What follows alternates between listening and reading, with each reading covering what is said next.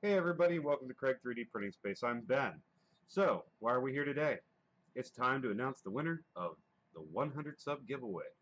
Yes, I know this was a couple weeks ago, and I apologize because I've been super busy.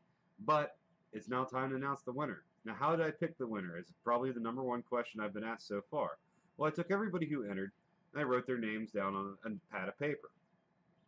I didn't have a lot of people who entered, so it was pretty simple. Then I randomly selected a number to go by each name.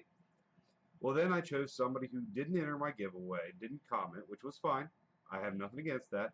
I contacted my buddy James from Print and Play, and I said, hey man, you got to give me a number between here and here. Well, he threw out the number 18. Guess who number 18 was? Congratulations to Glen and Xander at Fun King 3D and the entire family. So what did you win? Well, you already know. The set of Crescent Micro Tools, a Red Devil putty knife, and a mystery print that I am not going to disclose until you guys get it. Do with it what you want, but I hope you enjoy it. So for everybody else that didn't win, I'm sorry, but there will be future giveaways, I promise.